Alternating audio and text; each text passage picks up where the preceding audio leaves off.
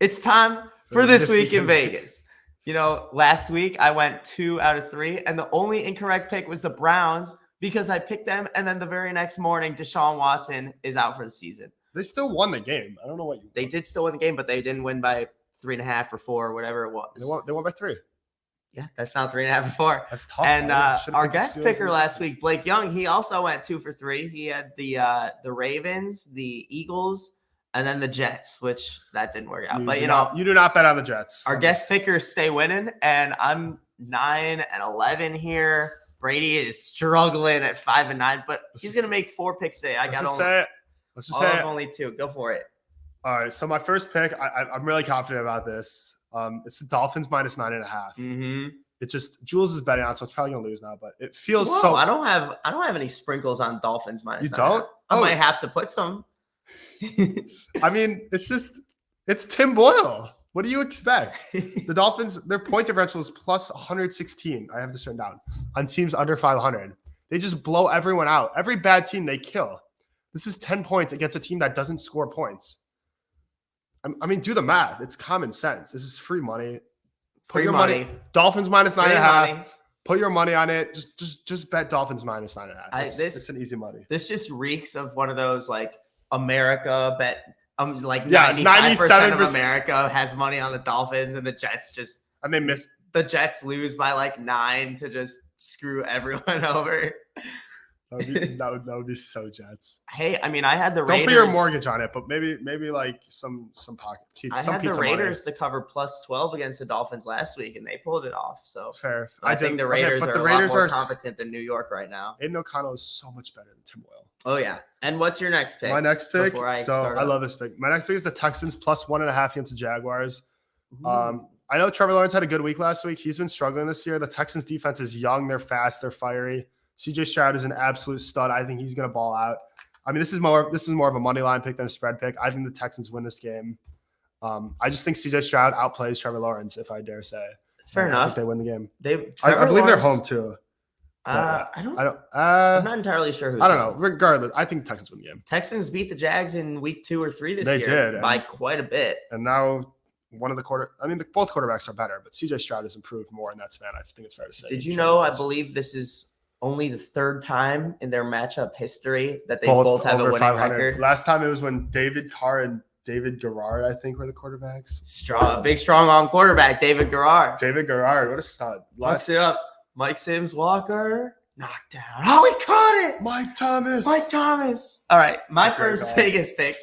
I'm going to go with the Colts -2.5 against the Buccaneers. I think the Bucs suck. That's a good pick. I don't think the Bucs suck, but I think the Colts are – I think the Bucs are mediocre, and the Colts are a little better level of mediocre. That's fair. Gardner Minshew wins those types of games. Mm-hmm. And Minshew's a dude. It's the Apple Cup this week in Washington.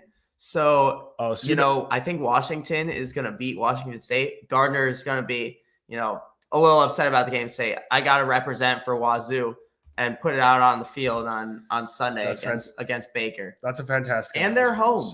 So the Colts, are they coming off a bye week? Colts? Maybe. I think they are, yeah. So, they've had a little time to scheme. Yeah. See what Gardner can make up. When Gardner loses bet, he's wearing a Huskies coat in the podium. He'll be smiling because he beat the Bucs. All right, so my next pick, I got the Steelers -1.5 versus the Bengals. I don't know why this line is so okay. The Steelers are in the wild card spot, and they are favored by 1.5 points against a team who just lost their franchise quarterback for the year.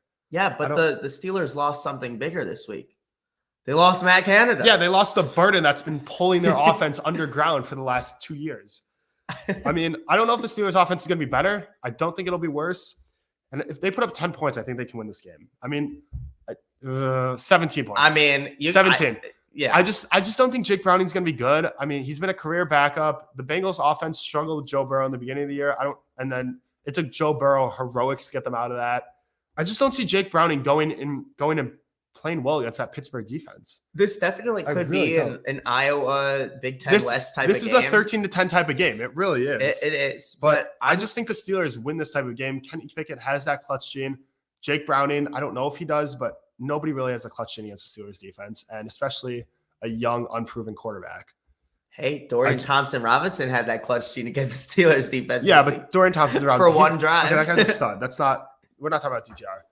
Also, he threw like 48 times for 100 yards. He didn't really play that. Also, I think it would be like the NFL gods saying like, Steelers, you got outgained all these games and you're 6-3. So everyone thinks, oh my gosh, they're gonna get bailed out by facing DTR and Jake Browning the next 2 games, and just kick it back in the face, say, yeah, you'll lose to those guys to, even it out.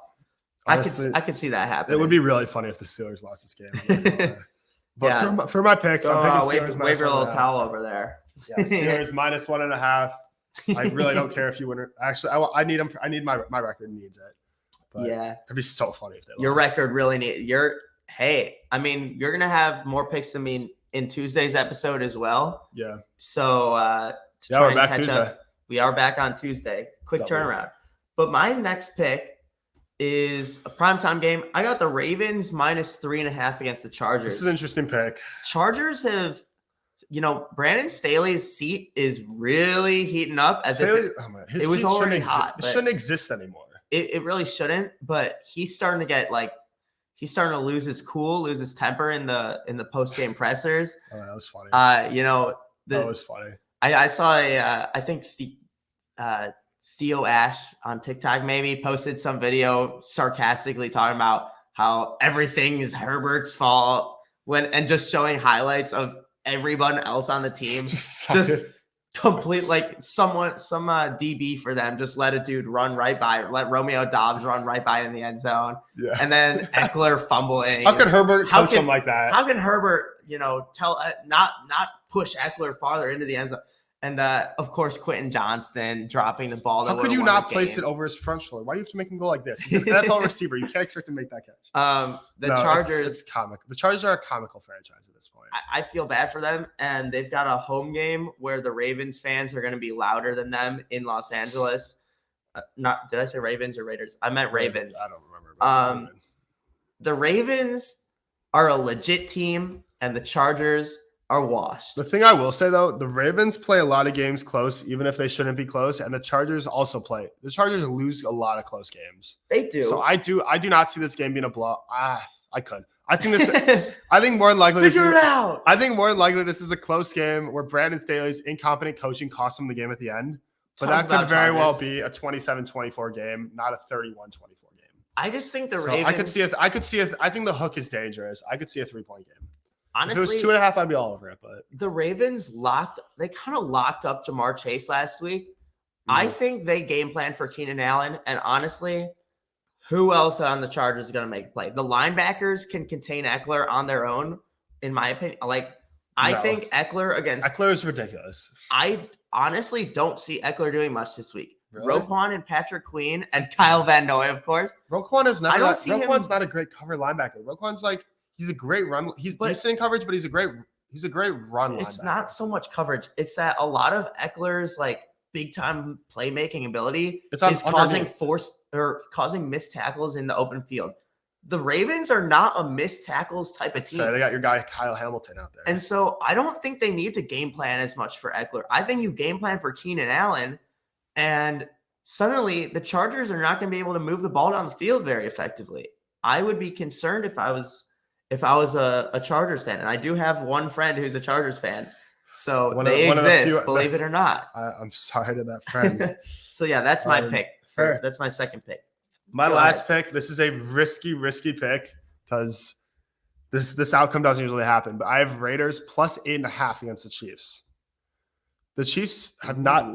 Okay. I just think because Aiden O'Connell has played well. The Raiders have been in a lot of close games. The Chiefs have not played well. They have not scored in the second half. They have not scored a lot. And the Raiders aren't great, but they're not get blown out bad. So I can really see this type of game being just like a 20-16, 2017 slugfest where the Chiefs win. But I don't see this being one of those 30 slugfest of 20-16. I don't see this being, I don't see this being a 30-10 blowout like what normally happens when the Chiefs play the Raiders. I think this will be closer. I think Aiden O'Connell is going to play well, protect the ball. The Chiefs, again, they don't score that much in the second half. Their offense has not been as prominent as it has been in the past. I don't think this gets out of hand too quickly. I think the Raiders keep it close, and I think 8.5 is fine. So I'm taking Raiders plus 8.5. And if they lose by 20, then oh well. Fair enough. That's a lot of points. And the Chiefs have not dominated division rivals by like big margins. You know, they've won most of the games, but I don't even remember the last time the Raiders beat the Chiefs. I mean, they lost to the Broncos a couple weeks ago. They did. I don't remember the last time the Raiders beat them, but Chiefs haven't been dominant this year. Yeah. Thanks for watching Neutral Zone Reaction with Brady Hannon and Jules Bergman. Make sure to catch our other videos and live streams on Spotify, Apple Music, Amazon, and Audible. We hope you enjoyed and can't wait to talk football with you next time.